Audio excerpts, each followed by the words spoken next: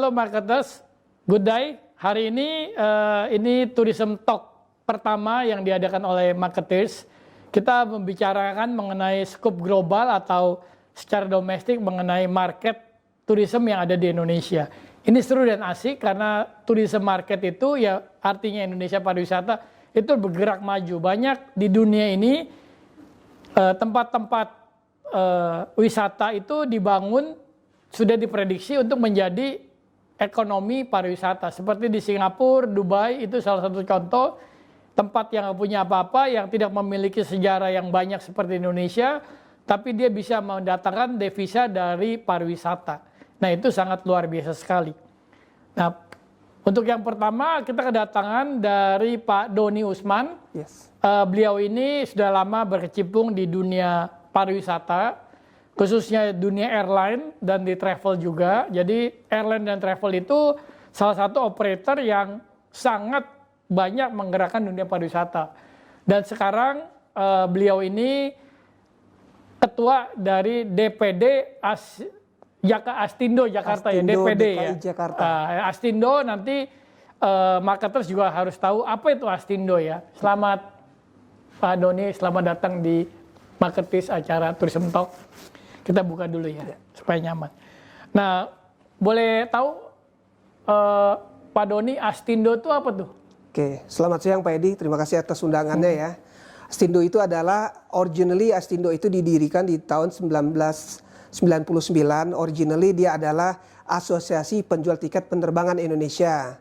Dengan berjalannya waktu, jadi Astindo bertransformasi menjadi Asosiasi Travel Agent Indonesia. Kenapa? Karena dulu fokusnya itu cuma ke tiket penerbangan. Oh tadi Astindo Asosiasi Tiket. Ya, tadinya penjual T-nya tiket. tiket. Ya, betul. Oh, jadi berubah menjadi Asosiasi Travel Agent Indonesia. Oh, untung bisa sama ya. Jadi nggak berupa nama ya. Nggak berupa jadi nama. T sama tiket dan travel jadi Betul, sama. Ya? sama. Oke. Ya, jadi karena dengan berjalannya waktu ya udah Astindo kan udah sering juga mengadakan kayak Astindo Travel Fair, mungkin Pak Edi pernah lihat ya. Ya, Astindo Travel Fair itu salah satu fair, yaitu expo-nya travel yang terbesar di Indonesia. Bahkan di dalam Asia termasuk besar juga. Betul, ya. itu bisa kalau kita bisa bilang yang pengunjungnya bisa 50 ribuan sampai 100 ribuan per hari itu. Jadi kalau di dalam travel fair di Indonesia ini ada dua travel fair yang terbesar. Satu Garuda Travel Fair, which is yang kita punya flag carrier. Yang kedua adalah Astindo. Jadi secara branding Astindo itu sangat kuat sekali Pak Edi gitu. Iya, iya. Ya. Nah, dengan kedatangan Doni kan dalam skala Jakarta ya. Betul. Kurang lebih membernya ada berapa dan apakah hanya di Jakarta atau tersebar luas di Indonesia? Oh, kalau untuk Astindo Jakarta members kita cuman Jadetabek ya, Jakarta, Depok, Tangerang, Bekasi. Kita ada members sekitar 350 ya, members aktif ya. Di Jakarta. Di Jakarta aja tuh ya. Sebenarnya kan travel agent ini banyak sekali di Jakarta, tapi nggak semuanya ada.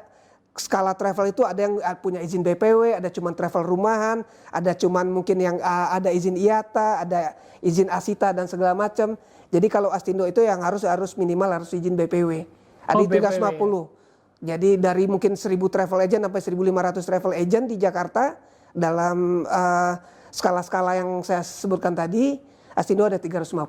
Nah, jadi marketers lihat kalau marketers datang ke travel tuh harus dilihat dia apakah anggota Astindo. Jadi kalau kita terjadi apa-apa gampang komplainnya, betul Pak Doni? Langsung komplain ke Pak Doni. Betul. Misalnya kabur travelnya, komplain. Jadi kalau booking apa-apa, lihat travel ini berasosiasi di Astindo nggak? Nah itu menjadi pengaman. Apalagi setelah masa pandemi ini selesai, saya yakin usaha kita akan meningkat. Betul. Nah, di mana usaha meningkat banyak jamur yang numbuh. Ya, nah, gitu, jadi marketers harus cek Astindo bukan. Betul. Nah, kalau di Indonesianya sendiri ada berapa ya? Di Indonesianya sendiri kita ada 22 DPD, jadi sekitar anggotanya itu bisa dibilang mungkin sekitar 700-an. Udah tersebar di Indonesia. Di seluruh Indonesia, ada di Bali, ada di Bandung, ada di Jawa Tengah. Mungkin kemarin Pak Edi lihat ada kayak B2B ya, kayak virtual B2B dengan hotel yang diadakan oleh Astindo Daerah Istimewa Yogyakarta gitu. Oh, jadi Astindo juga mengadakan buat dia punya supplier dan dia punya buyer mid sellers. Buyer mid seller ya, untuk menciptakan sesuatu hubungan yang menarik dan Betul. juga harga yang menarik ya. Betul. Nah, Asindo ini di dalam mungkin kan Doni baru ya masa-masa Iya, di sini ya. Iya. Nah, kita lihat Doni udah pasti bisa mengulas bahwa sebelum pandemik itu masa yang indah ya Wah. buat travel ya. Top banget. Jadi kalau misalnya pandemik ini nggak kejadian, saya bisa bilang mungkin 2020 itu mungkin the best year of my company. Jadi saya juga pemilik DSL Travel ya. Jadi di 2 bulan pertama itu pertumbuhannya itu udah di atas 20% compare dari 2019. Ya, bayangkan saya kan wholesaler. Jadi dari blokan misalnya let's say saya waktu itu ada 10.000, itu 7.000 udah sold itu untuk Januari, Februari, Maret aja. Ternyata ya kita nggak tahu ya. Itu berarti kesuksesan yang tertunda, Pak Edi ya. Oke, Gitu. marketers juga harus tahu bahwa Pak Doni ini memang ketua DPD Asindo Jakarta juga memiliki travel. Ya harus. Ya, betul. Ya asosiasi itu harus datang oleh orang yang mengelola travel juga supaya dia mengerti. Betul. Jadi travelnya namanya DSL bersifat wholesaler. Jadi wholesaler itu kalau mungkin di dunia pariwisata atau di dunia travel agent kadang-kadang marketers juga bingung kok ada wholesaler juga ya. Betul. Nah ternyata ada juga sama bisnisnya kita terbagi-bagi seperti jaringan produk, ada distributor, ada retail ya. Betul. Nah itu jadi Pak Doni sebelum pandemik itu bagus ya masanya. Betul. Pas masuk Januari pun masih bagus ya masih bagus. kelihatannya perspektifnya bagus. Bagus sekali. Nah setelah masuk di dalam pandemik kira-kira teman-teman member pada kemana tuh? Bagaimana dia membuat perusahaan dia supaya jalan? Oke. Jadi setelah pandemik itu kejadian yang saya masih ingat, saya waktu itu ada mau perjalanan ke Bandung, itu di Februari tanggal 28 atau tanggal 29. Jadi kebetulan travel saya kan banyak dealing sama travel umroh. Oh, Saudi ditutup katanya. Wah, kaget dong kita. Kenapa? Ya karena COVID. Waktu itu kan COVID belum terlalu happening ya. Jadi pas ditutup itu kita juga kaget. Kita nggak berpikiran itu akan lama. Karena sebelum COVID itu yang udah sangat happening, kita udah berani itu melakukan pembayaran sampai deposit sampai Desember 2020. Berarti udah bayar dulu ke airline? Udah, untuk Oman, Etihad sudah berani bayar. Ternyata walaupun belum ada yang beli?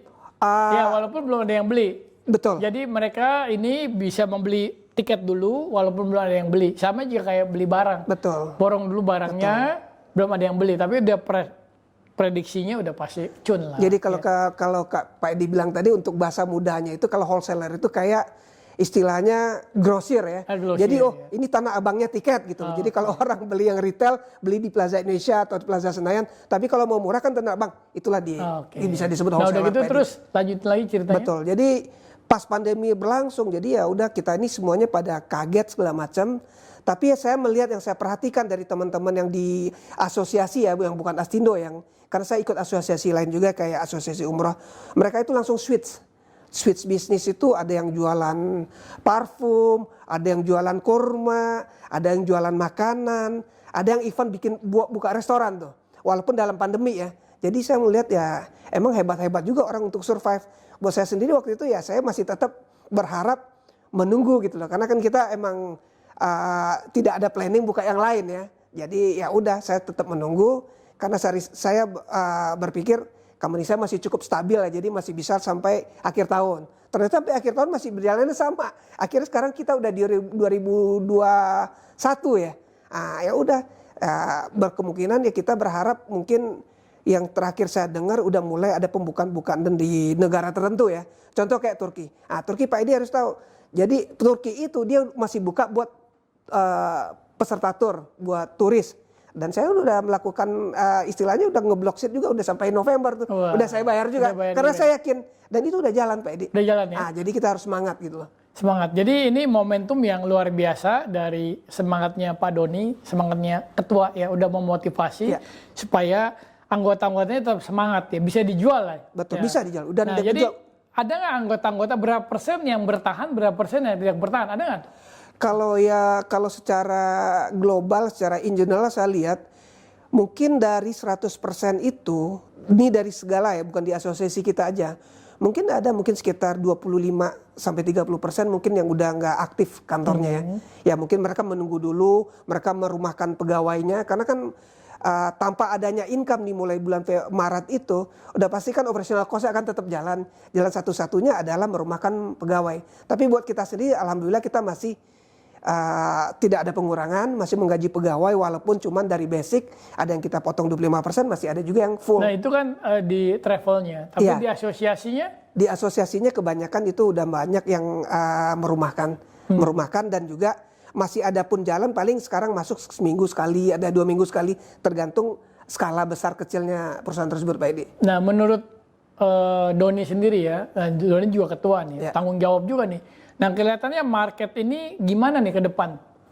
Market ke depan kalau kita melihatnya perspektifnya positif ya kita harus semangat. Saya melihat market itu masih ada ke depan. Ini tergantung dari seberapa cepat pemerintah mengadakan vaksinasi di Indonesia pada khususnya dan di seluruh dunia. Karena kalau vaksinasi itu udah berjalan, terutama mungkin untuk pekerja-pekerja pariwisata frontliner, insya Allah market akan berjalan lagi kalau menurut saya sih. Orang sekarang pada pingin traveling kok. Sekarang lihat aja, Turki itu aja saya bisa bilang karena yang nggak ada masih laku kayak kacang goreng lah, istilah semi kacang goreng gitu loh. Walaupun pulang mereka tetap ada, kalau yang punya duit mereka akan bayar untuk karantina mungkin selama 5 hari ya. Kita ngomongin 5 jutaan, tapi kalau yang nggak ini pemerintah masih menanggung di Wisma Atlet atau Wisma Pademangan. Dan juga Pak Edi juga pernah dengar lah teman-teman kita sendiri. Secara retail market nih yang buat Turki ini berjalan baik ya? Udah berjalan. Berjalan baik. Jadi, nah selama ini kalau lihat kan prospeknya nih kelihatannya bagus. Nah kira-kira Doni datang sekarang nih sebagai pertama yang gerbangnya cerah nih. Kira-kira apa yang dilakukan untuk Astindo khususnya Jakarta? Astindo ya? Iya, Astindo Jakarta untuk rekan-rekannya Mbak Doni lah. Kalau untuk Astindo yang pertama kita laksanakan ya kita akan memfasilitasi ya. Pertama yang paling penting itu sebenarnya vaksin. Karena kalau di Jakarta sendiri kan kita udah lihat pembagian vaksin itu udah dimulai, tapi belum merata. Jadi kita harus mempunyai channel-channel sendiri khusus. Kemarin kita udah berhubungan dengan Dinkes sama Kementerian Pariwisata dan katanya udah dijanjikan akan diadakan vaksinasi mungkin dalam waktu 2 minggu ini.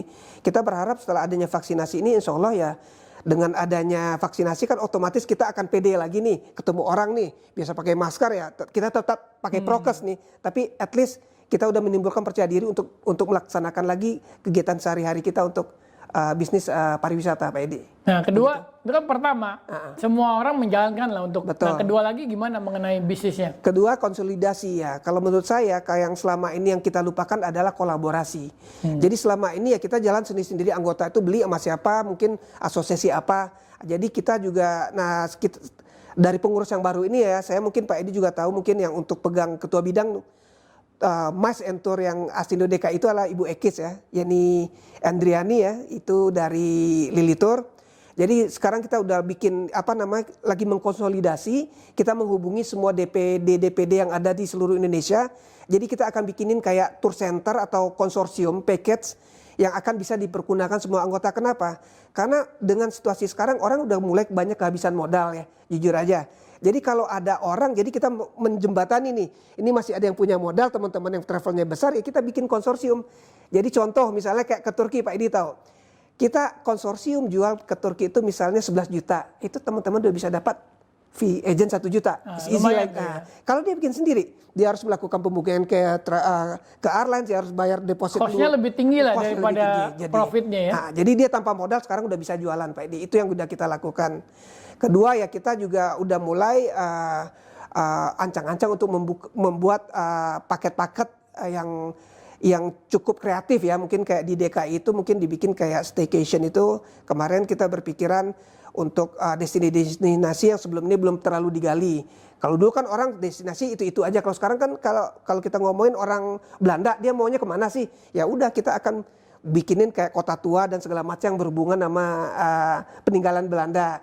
Kalau mungkin market China nanti pas masuk, ya itu bisa aja kita jual mungkin nanti ke pekuburan apa, itu insya Allah bisa dijual. Iya betul. Jadi selama ini marketers organisasi yaitu dia membantu para anggotanya dengan membuat satu produk dulu, karena anggotanya mendapatkan kenikmatan, dia nggak usah pikir apa-apa lagi, nggak usah proses lagi, tinggal duduk manis, dia dapat produk, tinggal jual dan dapat profit. Betul. Nah seperti ini udah dilakukan, dijalankan seperti tujuannya ke Turki.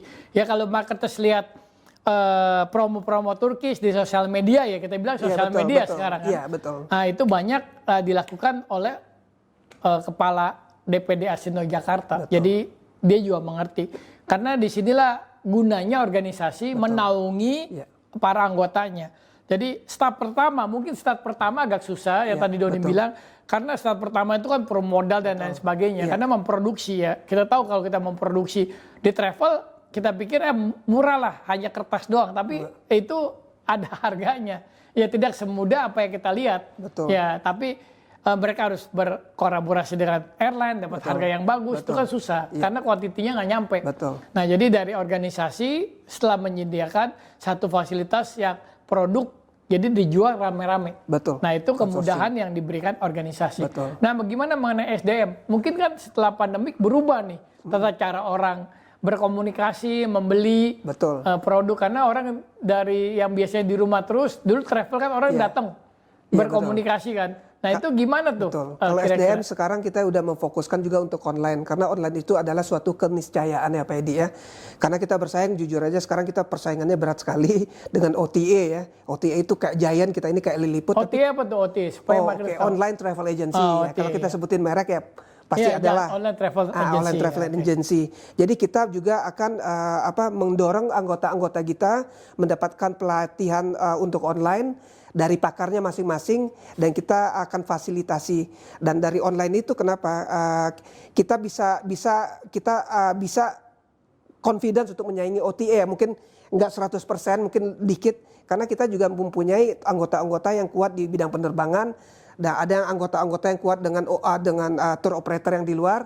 Nanti kita minta harga-harga yang terbaik kita jadiin di suatu dapur, itulah nanti akan kita jual. Contoh kayak ke Turki. Kalau ke Turki itu dulu kan kalau kita ngomongin Turki minimal harus keluar duit 15 juta, 20 juta, 25 juta. Harga tiket 10 juta. Sekarang selama pandemi ini harga tiket Turki yang 10 juta itu bisa kita tekan jadi 4,7 juta. Oh, murah banget ya. Murah banget kan. Daripada ke Manado lebih mahal.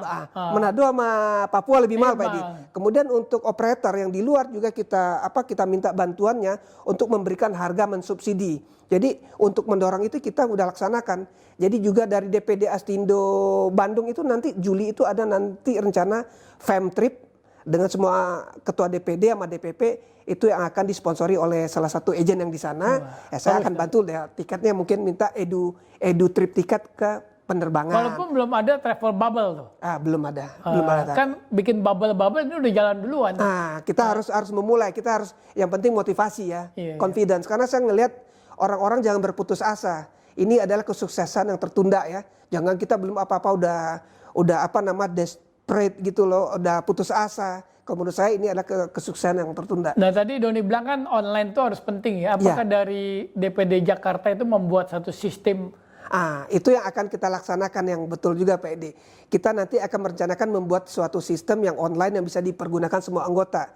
Jadi mungkin orang-orang udah pada tahu sekarang itu apa yang namakan marketplace. Jadi nanti kita bikin toko online virtual untuk berjualan di sana, kita masukin semua anggota bisa memasukkan produknya di sana. Jadi nggak usah pusing lagi daripada menghubungin email segala macam. Si ini punya produk nih, kita jualin aja gitu. Nanti kita bisa dapat komisi atau Nah jadi mempercepat proses penjualan dan belinya betul. ya. Nah kalau kita lihat banyak Doni cerita mengenai ke luar negeri nih. Ya. Nah bagaimana market domestik ataupun market luar negeri yang datang? Apakah Astindo berperan membantu kementerian? Itu yang akan kita dorong. Astindo ini kan selama ini pakemnya adalah outbound ya. Sekarang outbound masuk ke tur ke luar negeri. Tur ke luar negeri, tur ke luar negeri. Sekarang mau nggak mau kan kita juga harus fokus sama inbound yang masuk ke dalam. Jadi nanti kita juga akan meminta support dari kementerian, mungkin mendapatkan subsidi, mungkin untuk mendapatkan harga-harga khusus. Ya mungkin harga khusus hotel, harga khusus masuk ke tempat rekreasi, dan juga sekarang kan udah banyak dibikin desa wisata. Dan kita mendorong banget ke kementerian untuk infrastrukturnya benar-benar harus diperbaiki. Contoh kalau orang mau ke tempat wisata sekarang kan ke toilet yang paling penting ya. Sekarang kita lihat kementerian udah mulai bergerak. Kalau Pak Edi lihat itu Menteri Pariwisata kita Pak Sandi Uno kan udah ngecek tuh WC segala macam, dan itu udah berjalan. Contoh aja kalau di Jakarta WC kalau kita mau lihat sekarang ke Ancol, Ancol udah bagus katanya gitu. Itu yang akan kita ini. Jadi supaya kalau misalnya turis masuk mereka udah nyaman gitu loh. Nggak ada lagi komplain atau segala macam begitu. Jadi Asindo ini juga akan mempromosikan Indonesia Oh, betul.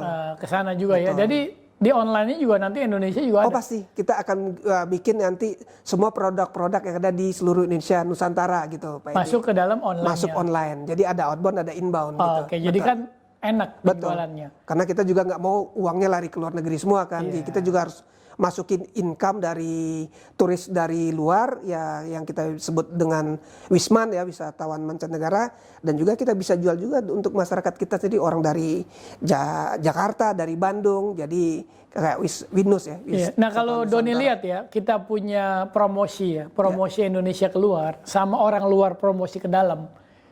Contohnya pariwisata dari Swiss ke Indonesia, dari Jerman ke Indonesia, dari Dubai ke Indonesia, dari Thailand ke Indonesia, sama dari Indonesia keluar, itu agresif yang mana tuh? Kalau saya mau Kan kamu juga main luar dalam juga fairness kan? ya, Iya. saya ngeliat yang dari luar itu emang lebih terkoordinasi ya, mereka lebih promosinya lebih hebat ya. Kalau saya lihat, kita bisa lihat di situ, kalau Pak Edi lihat dari Dubai Tourism selalu mengadain acara, Singapore Tourism Board. Kalau Indonesia saya lihat emang selama ini yang kita lihat ada kayak sales mission kayak ke Kuala Lumpur yang ada Mata Fair, ada kayak ATF ya, Asian Travel Forum, kemudian ada juga mungkin ikut ATB Asia, ada ikut ITB Berlin, dan juga pernah kita lihat kan Indonesia Wonderful Indonesia kan yang ada di London kan kalau nggak salah, itu cukup ya, tapi harus ditingkatkan lagi Pak Edi.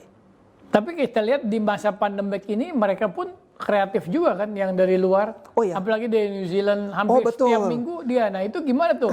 Iya, benar, mungkin dari pembicaraan kita bisa memberikan masukan kepada turisme Indonesia mengenai kiat-kiat mereka di masa pandemik mempromosikan tempat wisata mereka. Seperti New Zealand kayaknya nggak ada habis-habisnya tuh. Hampir setiap hari saya dapat broadcast dari ya, kalau kita tourism New Zealand kan Ani tuh ya, teman kita juga tiap hari dia broadcastin emang. Jadi ya mau nggak mau kita harus belajar juga dari mereka ya. Kayak misalnya let's say kita ngomongin dari Dubai. Itu Dubai juga setiap waktu ada. Terus kemarin saya juga ada yang dari Swiss, ada yang dari macam-macam Pak Edi. Jadi mereka sekarang lagi menggiatkan kayak virtual tour. Contoh salah satu kemarin juga bekas dari teman saya dulu Tintin, dia sekarang pegang Trafalgar Indonesia, dia bikin tuh virtual tour. Buat saya sendiri juga, padahal saya orang pariwisata, saya kan nggak begitu ini kalau mengenai teknologi, tapi keren banget. Virtual tour itu dibikin, udah gitu dikasih diiming-iming hadiah. Jadi kita udah, yang tadinya kita jadi semangat lagi buat pergi-pergi gitu loh. Nah yang kamu lihat tadi kan ya misalnya kayak di Inggris, kayak di Paris, Indonesia kan promosi di bus. Kalau kita lihat New Zealand, Swiss nggak pernah ada promosi di Jakarta kan. Tapi dia lebih ke personal kan. Datangnya personal tuh lebih ampuh mungkin. Menurut Doni gimana tuh? Kalau mereka tuh datangnya sepertinya langsung ke personal ya. Kayak tourism board apa dia langsung sentuhan kita. Jarang kita melihat kan Swiss billboard. Iya. Tidak ada. Thailand billboard. Tapi dalam mengkumandangkan strateginya mereka itu pas nggak? Gitu. Kalau saya bilang the promotion now itu mungkin harus kayak begitu ya, karena kan pandemi sekarang buat apa lagi kita mungkin ngeluarin lihat billboard dan segala macam, ya udah emang harus langsung direct to customer atau direct to business partner kalau saya bilang. Jadi special approach itu perlu, karena saya udah berapa kali ngikutin ya, jadi enak juga sih. Jadi selalu diiniin, selalu diupdate produk-produknya gitu loh. Mungkin nanti kemarin juga Singapore Tourism Board bilang, Doni nanti kalau kita udah buka border kita akan hubungin Astindo, mungkin kita mengadakan webinar dulu sebelum border dibuka, dan mungkin ada familiarization trip yang akan diadakan ke sana Pak Edi. Iya, itu bagus juga ya. Ya. Nah kalau Doni kan sama Arab Saudi kan deket banget lah, kan produknya juga banyak ke Arab Saudi. Ya. Nah gimana tuh Arab Saudi, market umroh nih, kan market umroh kan kalau boleh dikatakan Indonesia terbesar di dunia. Betul. Betul kan? 1 juta per tahun. Nah gimana tuh sekarang Arab? Sementara di Arab Saudi itu masih tutup dari yang mulainya pandemi Februari, itu sempat dibuka ya. Sempat dibuka lagi Desember, tapi Desember itu trial basis doang. Kalau saya bisa ceritakan ya kasihan juga ya. Untung yang ikut itu cuman pemilik travel agent sama ada berapa orang mungkin yang benar-benar peserta jamaah umrohnya. Di sana mereka cuman dikasih untuk umroh itu cuman sekali, sembahyang sholat di masjid itu sekali. Selebihnya kita bisa bilang 8 hari 9 hari itu kayak ini. Dia di karantina, jadi gitu. Melepaskan kerinduan cuma lihat dari jendela ke Ka'bah gitu aja. Gitu. Jadi nggak boleh deket? Kalau hotelnya itu rata-rata kalau misalnya... Nggak, maksudnya kita nggak boleh deket ke Ka'bah? Nggak bisa? Oh nggak bisa, kan cuma sekali. Oh, sekali deket Cuma, udah. kalau sekali kita bisa langsung muterin Ka'bah, Muter tapi udah, selesai. di luar itu cuman karantina. Habis itu akhirnya ditutup lagi, jadi nggak ada poinnya juga. Kasihan juga jamaahnya. Sampai sekarang kita masih menunggu kapan mau dibuka. Jadi sekarang kalau saya dengar tergantung kalau semuanya penduduk Saudi udah divaksinasi, terus mereka akan memberikan juga prasyarat ya buat negara-negara yang udah divaksinasi, mereka udah punya sertifikat. Tapi kita nggak tahu nih. Kalau yang sekarang saya lihat itu apakah Beda Sinovac, lagi nih. Sinovac itu belum di approve sampai sekarang, mungkin dalam tahap progres, tergantung dari WHO katanya Pak Edi. Nah kalau kita lihat kan banyak jemaah-jemaah yang tertunda nih. Oh, banyak kurang banget. lebih berapa banyak orang nih? Kalau kita ngomongin 1 juta yang baru berjalan, kalau kita ngomongin cuman Yang dari tertunda ini yang loh. tertunda, ya itu banyak, bisa ratusan ribu Pak Edi. Waduh, jadi nanti meledak dong pas dibuka semua. Enggak berarti bisa kan dibilang gitu travel, juga. Karena kan dibuka pulas. Betul. Karena mereka udah bayar loh. betul. Mereka itu udah bayar Iya. uang, iya kan? Iya. Bukannya mereka mau bayar lagi kan? Iya, Uangnya betul. udah ada. Mereka Betul. tuh nggak ribut-ribut refund pasti kan? Betul. Kalau yang umum kan ribut refund. Betul. Yang mereka udah taruh aja toh, pasti mau pergi lagi kan? Iya, mereka udah percaya lah kan Berarti itu. yang tertunda itu kan dia akan maju. Ya. Betul. begitu? Hah? Jadi yang akan tertunda itu yang akan diprioritaskan. Jadi yang udah orang-orang yang baru mau sekarang mendaftar itu pasti prioritasnya belakangan. Iya. Itu yang udah diberitahukan oleh Kementerian Agama Republik Indonesia pas ada waktu ada briefing, ada meeting dengan semua asosiasi Pak Edi ya. Jadi sama kayak haji juga. Haji itu yang diprioritaskan yang masih tertunda tahun Iya. kemarin sama tahun ini kali ya. Jadi itu yang diprioritaskan. Tapi kalau menurut saya ya, kalau yang saya dengar itu juga nggak bisa langsung blok dibuka langsung bisa masuk 1 juta. Itu juga ada step by stepnya karena kan sekarang masih sistemnya si prokes ya. Prokesnya harus dijalankan. Jadi mungkin kita bisa ngomongin 20%, 10%, 20% sampai 30%. Tapi tetap aja jumlahnya akan banyak. Banyak ya.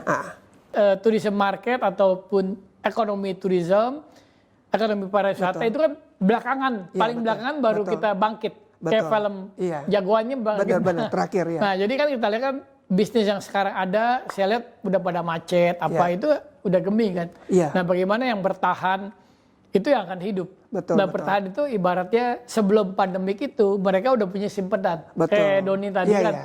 Nah, simpanan itu yang kita perlukan. Kalau menjalankan bisnis dengan ngepiak, nah, kepiak kata orang, Ngepiak itu apa rugi tuh? terus, rugi ya, kasih rugi Iya, kan. betul. Nah, itu di pandemik dia akan kelepekan karena nggak ada simpanan kan.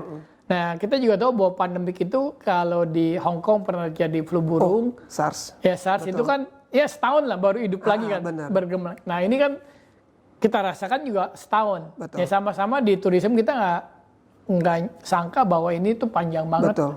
Ya setelah ada vaksin mulai bergeming baik. Benar. Nah, itu yang membuat usaha bisnis kita itu akan berjalan lagi dengan baik. Ya, tourism ini. Kebetulan saya juga dari tourism. Iya, Pak Jadi Edi pas mah ngomong tourism. udah legend malah beliau.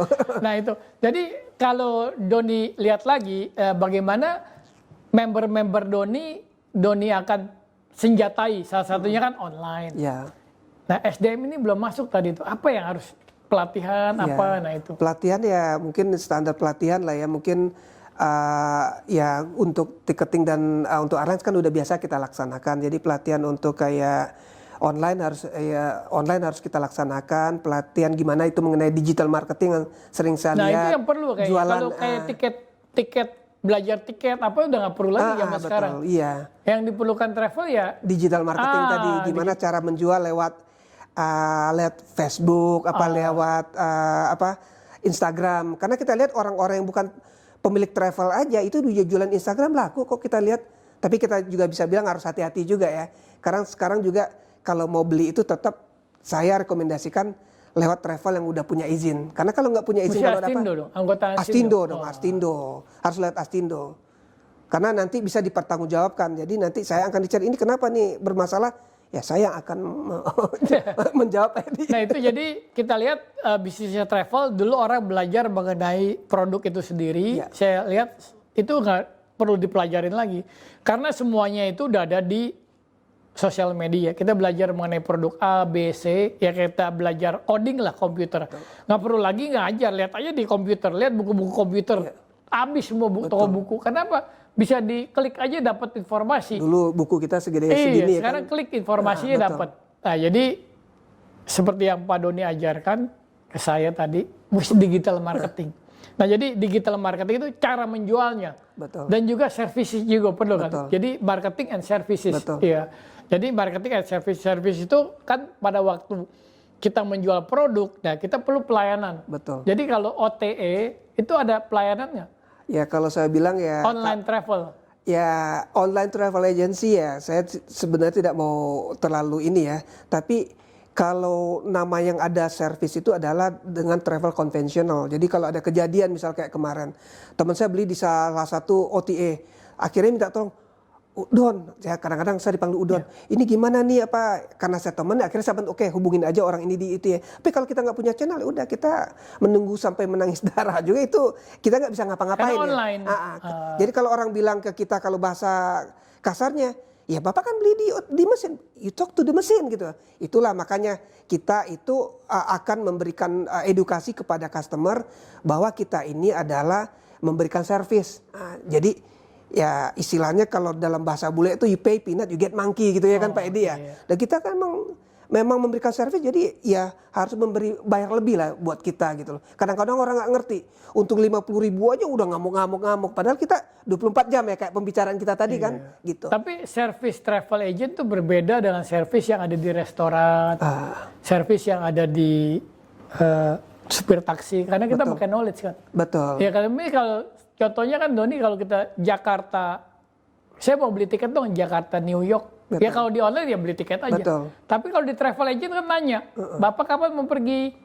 Dokumennya Anda nggak? Betul. Pertanyaannya bisa ada 100 macam yang ditanya ke klien. Asuransinya enggak? Asuransi. Terus visanya Pak. Betul. Nah cara bikin visa seperti ini. Jadi kebetulan tiket ini nggak kayak beli tiket bioskop main duduk aja. Tapi kan Jakarta Tokyo misalnya. Kita harus tahu Tokyo itu mau di mana airportnya Pak.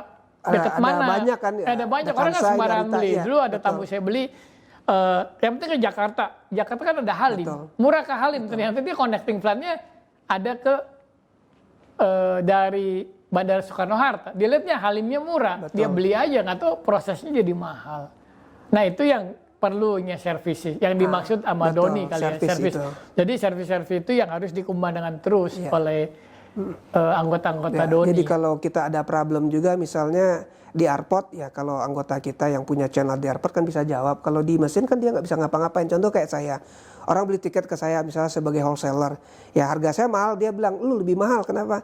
Ya lu mahal itu service. Kalau lu ada masalah di airport kan gue kenal semua airport manager. Nah itu yang mahal itu di situ betul. Nah, itulah. Marketers ya kita lihat pricing itu dalam tourism itu emang kelihatan beda-bedanya itu mahal murahnya yang dilihat. Tapi dalam prosesnya itu ada sesuatu yang luar biasa. Buat itu pelayanan. Kebanyakan orang-orang travel konvensional yang kita harus tanya dulu, dia udah berapa lama sih di travel? Paling sedikit 15-20 tahun pengalamannya udah luar biasa. Karena travel itu sebuah pengalaman yang dijual kan atas sebuah dasar pengalaman. Jadi kita seru sekali bicarakan dengan episode pertama nih dengan Ketua DPD Asindo Jakarta. Pengalaman ya Pak Edi ya. Mengenai cerita di sini ya. Jadi tourism itu sangat penting untuk membangun ekonomi. Saya yakin ke depannya ekonomi tourism itu akan maju terus. Contohnya yang saya bilang Singapura itu tourismnya yang kuat. Dubai mungkin 100% tuh dari tourism yang dia. Abu Dhabi, Qatar semua dari tourism yang akan digenjot. Jadi tourism market is the big market ya. Jadi kita butuh asosiasi yang kuat yang seperti Pak Doni utarakan tadi akan menguatkan asosiasi dari digital marketing ya kita perlu, terus sama servisnya yang luar biasa sekali. Jadi hari ini kita mendapat banyak masukan dari Pak Doni sebagai DPD Asindo Jakarta yang luar biasa. Kira-kira terakhir lagi Doni mau kasih masukan apa nih mengenai pariwisata dunia atau Indonesia? Ya kalau saya memberikan masukan buat teman-teman mungkin kayak customer, ya jangan takut. Setelah nanti COVID berlalu ya mungkin walaupun masih ada COVID, namanya traveling itu adalah udah kayak kebutuhan utama, sandang pangan itu traveling itu, traveling itu kebutuhan yang benar-benar salah satu utama. Kita akan tetap bisa jalan-jalan, kita tunggu aja dengan sabar dan semuanya akan kembali indah pada waktunya gitu Pak Edi. Jadi marketers kita hari ini mendapat sesuatu yang berharga, insight-nya dari Ketua DPD Astindo Jakarta. Nah, kita akan berjumpa lagi di acara waktu yang mendatang. Sampai jumpa pada acara berikutnya. Bye-bye. Baik, terima kasih Fedi. Yuk.